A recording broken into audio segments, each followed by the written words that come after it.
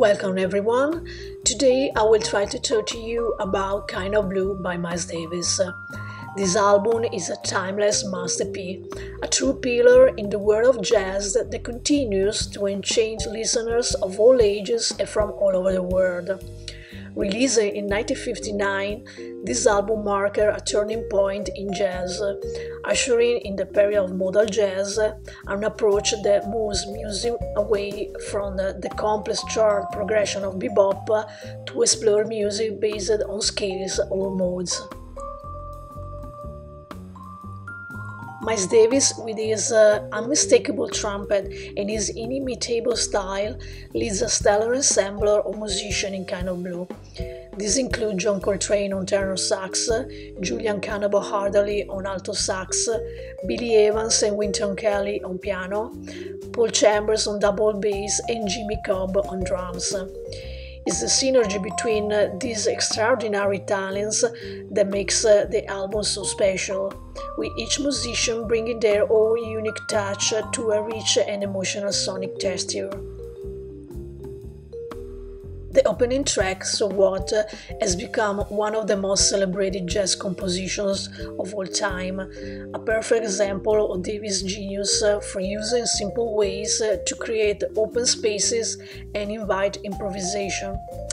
This is followed by songs like Freddie Freeloader, featuring one of the Wynton Kelly's few recorded solos, and Blue and Green, an evocative piece that embodies the melancholy and intrinsic beauty of the mode. The album hasn't lost a bit of its original charm. Listening to him is like reopening a time capsule that keeps the beating heart of jazz alive, reminding us of the transformative power of music. Kind of Blue invites active listening, to immerse yourself in his sonic depths and let yourself be transported by his immeasurable beauty. Whether it's a first discovery or a return after countless listens, Kind of Blue remains an unforgettable experience, an emotional journey that continues to amaze and enrich the soul. The songs on this album are So What, Freddie Freeloader, Blue and Green, Old Blues, Flamenco Cages. Each song on this album helped redefine modal jazz and influences a generation of subsequent jazz musicians. Miles Davis and his musicians created a work that represents a turning point in the history of jazz music. But let's get to So What. This song is the quintessence of cool, a piece that fully embodies the essence of Kind of Blue. With its release in 1959, So What marked not only the beginning of the album, but also set a new course of jazz, introducing the world to modal jazz. So What is notable for its simple modal structure, a departure from the intricate chord progressions characteristic of bebop. The piece is based primarily on the modes or scales, which offer a canvas on which Miles Davis and his extraordinary ensemble improvise with unique mastery and sensitivity. The track opens with a famous introductory bass by Paul Chambers, followed by a captivating sequence of chords played by pianist Billy Evans, immediately creating a relaxed atmosphere but full of creative tension.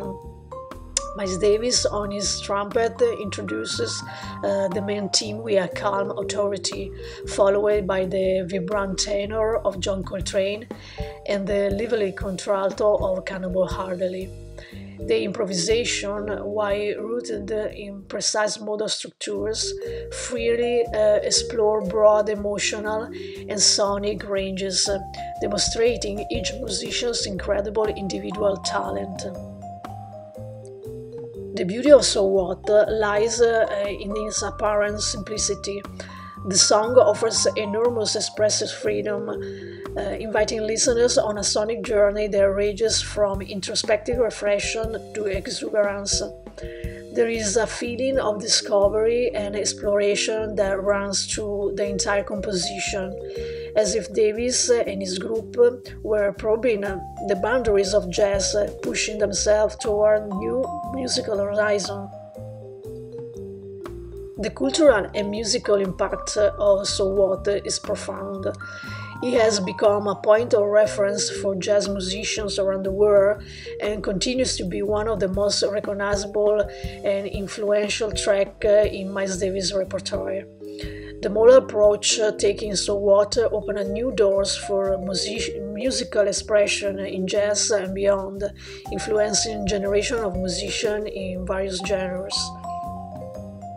In addition to his historical importance, So What remains a vibrant and vivid composition, capturing the listener's imagination with his headly blend of inventive melody and rhythm. It is a true invitation to celebrate creative freedom, a music manifesto that proclaims the importance of the present moment and the limitless exploration of the possible. The magic of Miles Davis' So What lies in his ability to always to be contemporary, a timeless ode to the beauty of innovation and personal expression in the world of music. Freddie Freeloader, the second track, is a piece that perfectly captures the spirit of experimentation and freshness that pervades the entire album. Composed by Davis himself, the song is another splendid example of modal jazz. The composition is named after Freddie Freeloader, a real-life character who frequented the jazz club circuit, known for his habit of entering shows without paying. This song is notable for the presence of pianist Wynton Kelly instead of Bill Evans, who plays on almost all the other pieces of the album. Kelly brings a bluesy edge to the piece, giving it a warmth and accessibility that makes it instantly welcoming and early for listeners of all types. Song structure relies on a number of modes, providing a relatively simple canvas on which soloists can paint their improvisations. The harmonic progression and modal freedom allowed by the chosen modes offer artists broad expressive possibilities, while remaining within a structured framework. Davis begins with a trumpet solo that sets the tone of the track, followed by an infectious piano solo from Kelly, who plays with the melody and rhythm in a delightful way. Coltrane and Adderley sax solos follow, each adding their own distinctive character and emotional depth to the track, enriching it further. The rhythm section with Paul Chambers on double bass and Jimmy Cobb on drums provides a solid foundation on which the solos can soar, supporting everything with a discreetly complex background. Freddie Freeloader is exemplary of Miles Davis' ability to create music that is both refined and accessible, profound and immediate. The song reflects a spirit of community and sharing, fundamental characteristics of jazz as an art form. The overall performance captures a moment of collective joy, a celebration of great musical minds meeting. Beyond his historical and musical importance, Freddie Freeloader continues to be loved by long-time jazzophile and new listeners alike, thanks to his welcoming vibe and inviting spirits. It's a testament to the genius of Miles Davis and his ensemble, a piece that remains a staple in jazz discography for his ability to speak to the heart as well as the mind, to entertain as much as he inspires. Blue and Green is one of the most intimate and emotionally charged compositions in Miles Davis' entire opus, offering a meditative contrast to the more dynamic tracks of Kind of Blue. This song is the third piece of the album and represents a really turning point in the direction of jazz, underlining the transition toward a more reflective approach and less tied to traditional harmonic structures. The authorship of the composition has been the subject of dispute. Although he is credited to Davis on the album, both pianist Billy Evans and Davis himself have provided conflicting versions regarding the actual origin of the piece, with Evans suggesting his significant contribution in the creation of the piece. This tension between the two musician geniuses adds another layer of mystery and charm to the song. Blue in Green opens with delicate piano chords, immediately establishing an ethereal, contemplative feel. The main melody, played by Davis on the muted trumpet, is poignant and full of pathos, articulating a series of emotions that range from the loneliness to hope, from reflection to inner stillness. Davis's performance is sublime, demonstrating his mastery of using space and silence as fundamental elements of his musical expressions. The track features a series of solos that are immediately intertwined with the harmonic texture created by Evans. Evans' contribution is crucial to the mood of the piece. His approach to the piano is full of sensitivity, with chords that seem to float and dissolve in the air. The interplay between Davis' trumpets and Evans' piano is extraordinary, creating a musical dialogue that goes far beyond the simple exchange of solos. Paul Chambers' bass and Jimmy Cobb's delicately brushed drums provides a rhythmic foundation that is both solid and ethereal, allowing the melody to stand out while at the same time being enveloped in a dreamlike feeling. The song develops slowly, inviting the listener on an internal journey and immersion into one's soul. Blue in Green is widely recognized as one of the finest jazz ballads ever recorded, a piece that combines profound human emotion through his modern structures and his performances in intense interpretations. The song has inspired a generation of musicians and listeners, becoming a point of reference for those who seek in jazz an art form capable of expressing the most delicate nuances of human experience. The melancholy beauty of Blue in Green continues to resonate even many years after its first release, testifying to the timeless genius of Miles Davis and his ensemble. It's a track that invites reflection, relaxation, and ultimately a deeper understanding of the transformative power of music. Old Blues is another standout track on the album, serving as both an encore in the album's modal exploration and a vibrant celebration of jazz's blues roots. This composition embodies the paradigm shift that Davis and his ensemble brought to the world of jazz, shifting the emphasis from the complex harmonic progressions of bebop to a more fluid and open conception of musical structure based on modes. Old Blues stands out for its 6/8 rhythm, which gives it an unmistakable swing that captures the ear from the first bars.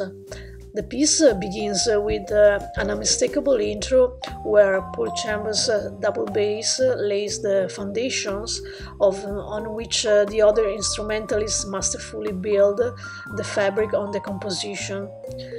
The instrumental introductory section immediately establishes a feeling of calm anticipation, ready to welcome to main vocals. Davis's trumpet enters softly, outlining the main melody with a subtle and penetrating tonality, characterized by the use of the harmonic mute, which will become one of his stylistic signatures. Davis's solo is majestic, playing with melody and rhythms in a way that highlights both his technical ability and his profound musical sensitivity. John Coltrane's tenor sax follows the trumpet solo, offering a dynamic contrast with dancers. more intense phrases that push the track in a new emotional direction. Cannibal Adderley with his alto sax then brings a more lyrical and accessible approach, demonstrating the diversity of expression that modern jazz can offer, even within a single song. Billy Evans' piano work is, as always, impeccable, providing harmonic and contrapuntal support to the solos and embellishing the track with the interludes that are small works of art in themselves. The performance of the rhythm section, including Chambers and Jimmy Cobb on drums, is central to the success of All Blues. Keep it on track, anchored in a hypnotic groove that enchants the listener from start to finish. All Blues is not only a performance of great individual virtuosity, it is also a demonstration of cohesion and understanding between the members of Davis Ensemble. The piece reflects the collaborative nature of jazz, with each musician contributing to the collective dialogue in a unique and personal way. Beyond his role in Kind of Blue, All Blues has become a staple in the jazz repertoire, a key piece that every jazz musician must know. He has inspired countless covers and interpretations, each of which seeks to capture the essence of this memorable composition, testifying to his lasting impact on 20th century music. In conclusion, All Blues is not simply a song for an album, it is a symbol of the evolution of jazz, a bridge between past and future that continues to influence the world of music. With his blend of enchanting melody, seductive rhythm, and harmonic innovation, All Blues embodies the beating heart of jazz soul, inviting the listener on a timeless journey through music's deepest soundscapes. Flamenco Sketches is a mesmerizing and deeply expressive track from the album. These compositions close the album, cementing his reputation as a jazz milestone and a 20th century masterpiece.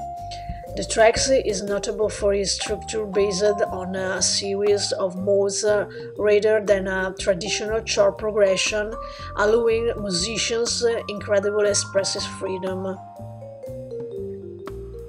What makes Flamenco Sketch unique is its experimental approach to composition and improvisation.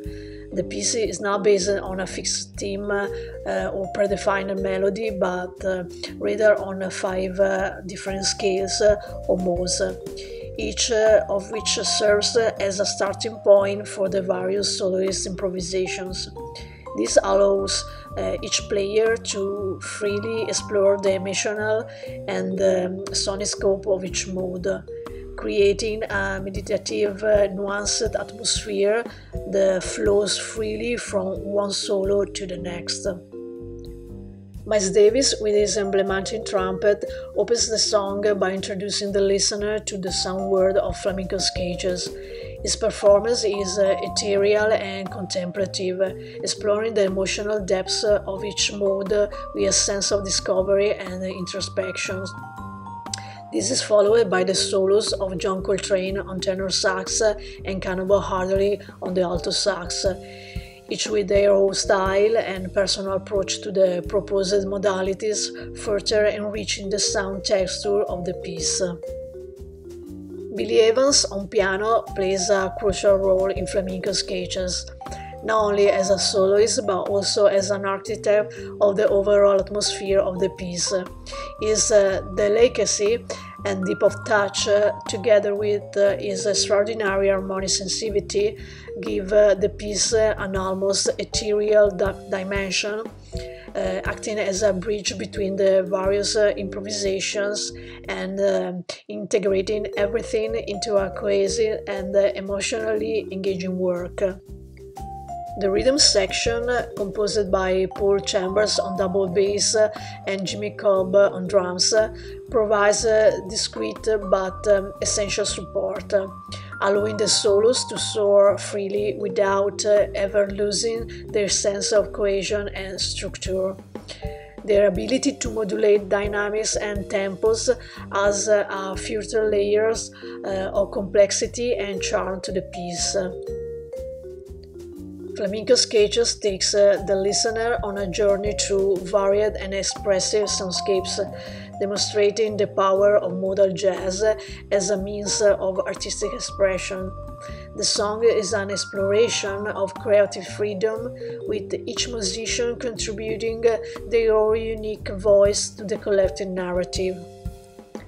In addition to its inherent beauty, Flamenco Sketches is significant for its impact on the world of jazz and music in general. The track and the entire album, Kind of Blue, have influenced countless musicians and composers, pushing them towards new creative horizons. Flamenco Sketches is not just a masterpiece for jazz enthusiasts, it's an invitation to attentive listening and emotional openness for anyone who wishes to explore the infinite possibilities of music. That's all for Kind of Blue. I hope you enjoyed this video, and I see you in the next one where I talk about The Shape of Jazz to Come by Ornette Coleman. I wish everyone a good day. Bye.